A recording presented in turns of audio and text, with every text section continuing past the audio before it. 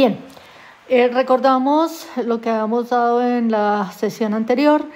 Habíamos visto que si omega i fi con i igual a 1, 2 eran espacios medibles y si la sigma álgebra F2 estaba generada por una colección C, entonces la aplicación F de omega 1 en omega 2 va a resultar F1 de F2 medible si y solamente si la imagen recíproca por F de cualquier conjunto en la colección C pertenece a la sigma álgebra F1. Esto pues va a ser bastante útil, como por ejemplo en la siguiente situación. Supongamos que omega F es un espacio medible y veamos a ver cuándo una aplicación de omega en Rn resulta ser FBRn medible. Nosotros tenemos diferentes colecciones de conjuntos de Rn que generan la sigma álgebra de Borel en Rn. La sigma álgebra de Borel en Rn, como ustedes recordarán, se definió como la sigma álgebra generada por todos los abiertos.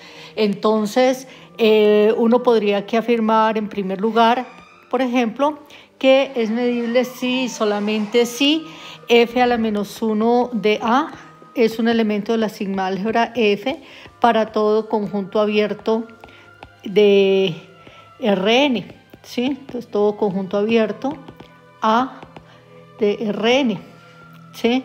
También sabemos que los intervalos de la forma menos infinito X también generan a la sigma álgebra Rn. Entonces también podríamos decir esta aplicación es medible si y solamente si la colección f a la menos 1 de los intervalos de la forma menos infinito x, si esto que ya saben ustedes que es el conjunto de todos los omega en omega, tales que f de x es menor o igual que x, si esto pertenece a f para todo x en Rn.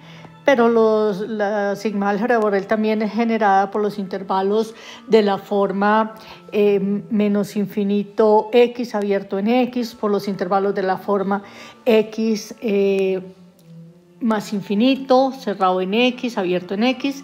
Entonces, todas estas condiciones pues son equivalentes. Entonces, podemos también decir si esto se satisface.